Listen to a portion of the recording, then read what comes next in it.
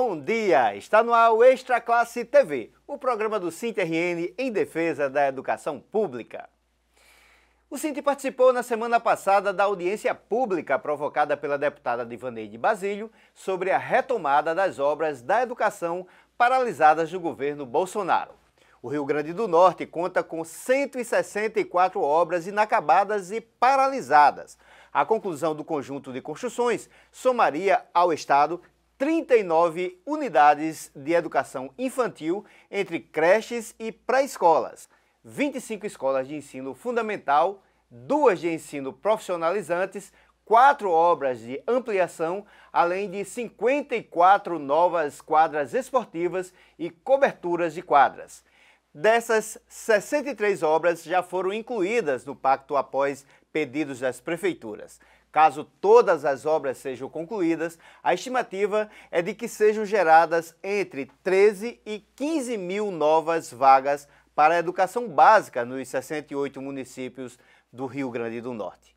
A diretora do SINT-RN, professora Ivone Oliveira, fala agora sobre a importância da retomada dessas obras para a educação pública do Estado. Bom dia, Ivone. Bom dia, Leilton. Como está? Tudo ótimo, prazer estar com você aqui no nosso programa. Vamos conversar um pouco aí sobre essas novidades, né, para a educação. Qual a importância, Ivone, na sua opinião, da retomada dessas obras na educação do Rio Grande do Norte? Bom dia a todos e todas. Leilton, na minha opinião pessoal, né, do meu senso comum, todo investimento em educação, ele é bem-vindo, ele não é gasto, é investimento. E concluir uma obra que foi parada por N motivos é muito mais importante do que a gente possa imaginar. Porque obra parada é dinheiro jogado fora. Então, esse novo investimento na educação é uma necessidade da população do Estado e dos filhos da classe trabalhadora, que precisa dessas escolas prontas o mais rápido possível. E essas obras, elas vêm, né, em várias áreas, né? Inclusive, por exemplo, nas quadras poliesportivas, não é isso? Como é que você vê aí essa parte, por exemplo, da retomada das obras na área do esporte escolar? A escola, a educação pública, a educação de um modo geral, seja pública ou particular, ela não é só conhecimento clássico formal, ela precisa de cultura e de esporte. Se você comparar uma escola pública com uma escola particular, você vai ver que 90% das escolas públicas só tem professores de disciplinas e os alunos. As escolas particulares já há muito tempo já investem em esportes, em xadrez, em cultura, porque eles fazem a feira de ciências. Então, essa necessidade de trabalhar além dos conhecimentos clássicos de português e geografia é muito importante, porque a formação geral do indivíduo não se dá só com português, matemática, história e geografia. Precisa exercitar o corpo. Hoje a cultura da saúde, né? Você vai ao médico e ele diz, faça atividade física. Então, esse hábito de fazer atividade física tem que começar lá na educação infantil até o fim das nossas vidas. Você é uma professora, né? A sua base é a sala de aula mesmo, né? E você já deve ter enfrentado a ausência, né, de obras, né? Aquela obra que fica parada. Como é que para uma professora, viver essa realidade na escola, Ivone? Leilton, eu passei 7 anos na gestão de uma escola municipal aqui em Natal. A escola que eu fui gestora, ela hoje conta com 6 salas de aulas. Na época, antes de eu assumir, até 2010, ela tinha 10 salas de aula, só que parte funcionava numa escola de anexo. Hoje, esse prédio é uma casa que está caindo. Então, a gente sofre muito com a falta de infraestrutura física, né?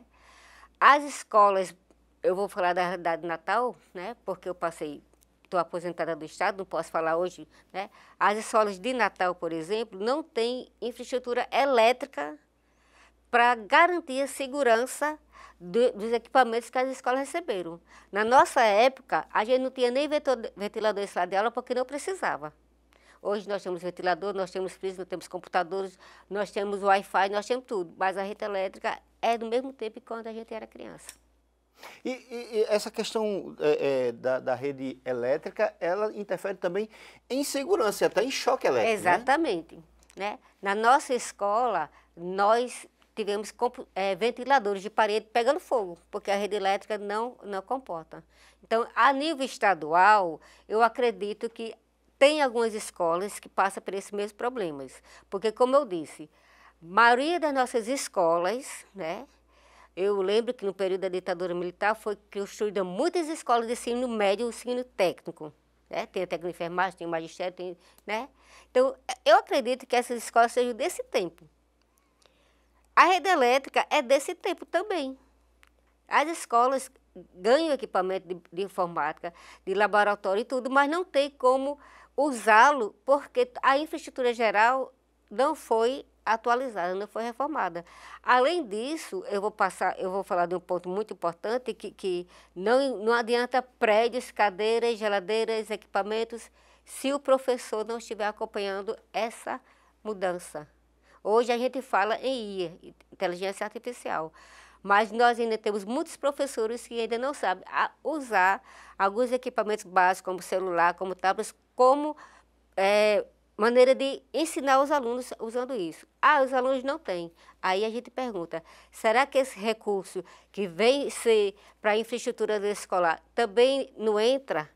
Tablet para os alunos, formação para o professor para usar as novas tecnologias? Porque a educação pública precisa acompanhar a discussão do uso das tecnologias, senão fica para trás. Não adianta investir em paredes, em pintura. Um ambiente bonito, limpo, é muito confortável, mas se não tiver a inteligência, a formação do professor para aproveitar aquele espaço, ele mais cedo ou mais tarde fica um ambiente feio. Na verdade, o que você está dizendo é que é extremamente importante a retomada dessas obras, mas a educação pública, ela precisa de muito mais do que isso. Muito mais do que isso. O investimento na infraestrutura, ela é importante.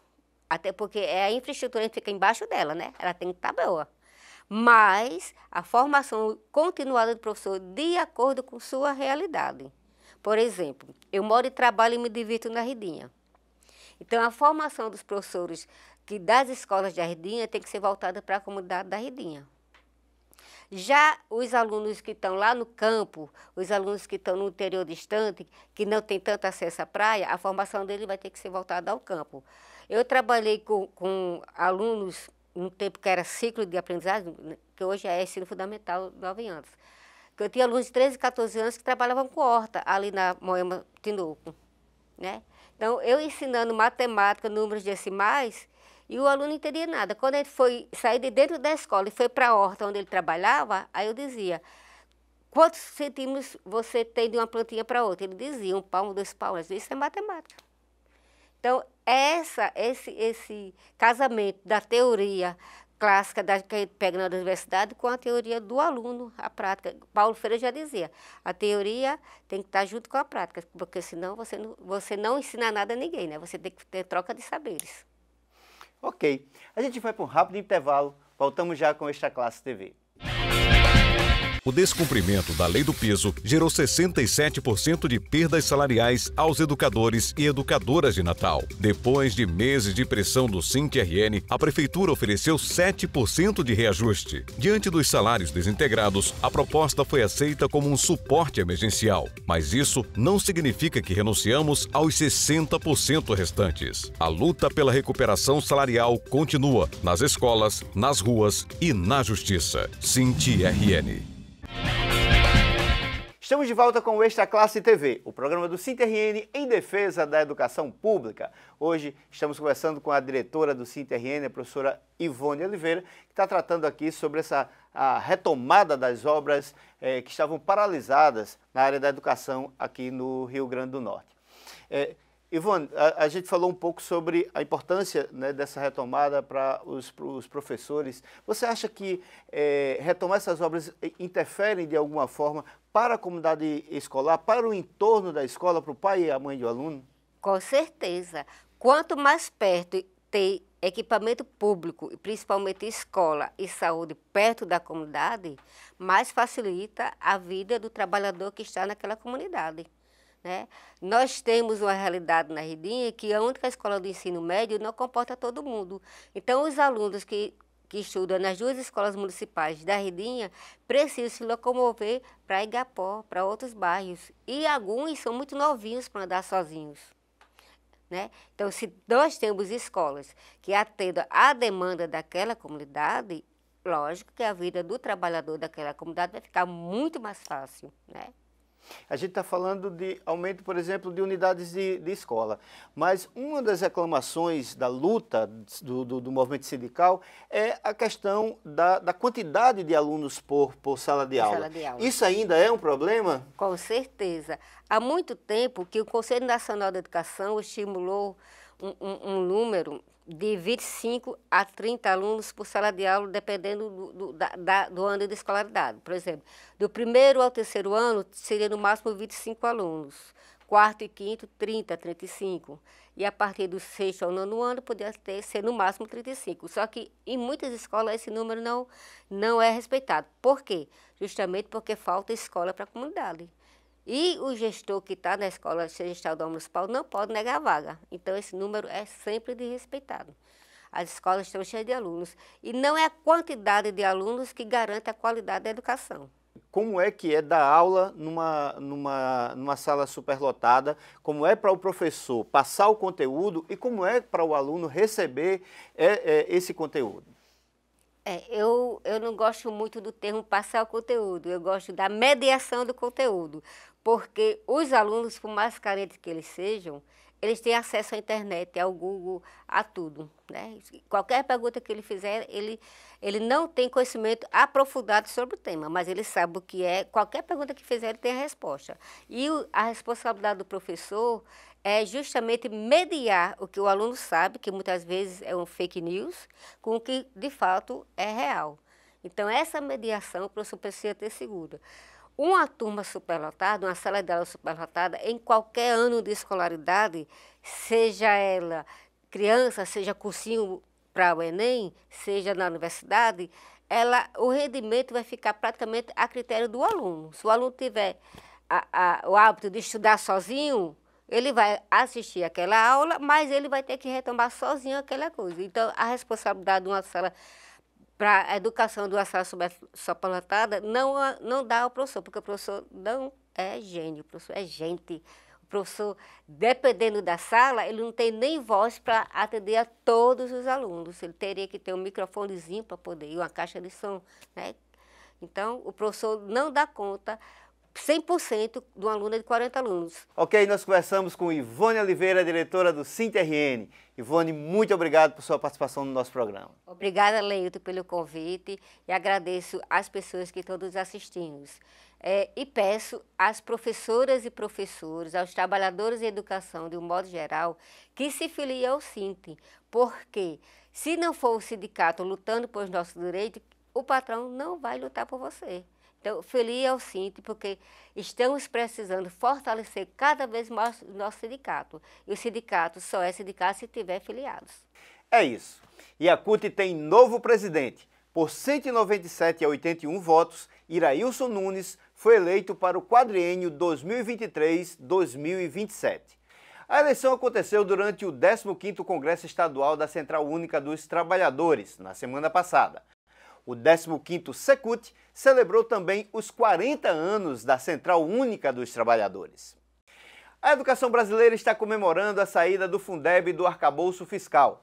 A Câmara Federal manteve o texto aprovado pelo Senado. Com isso, o financiamento da educação não estará mais limitado ao teto de gastos do governo federal. Na bancada do RN, apenas o deputado Sargento Gonçalves, do PL, votou contra a melhoria.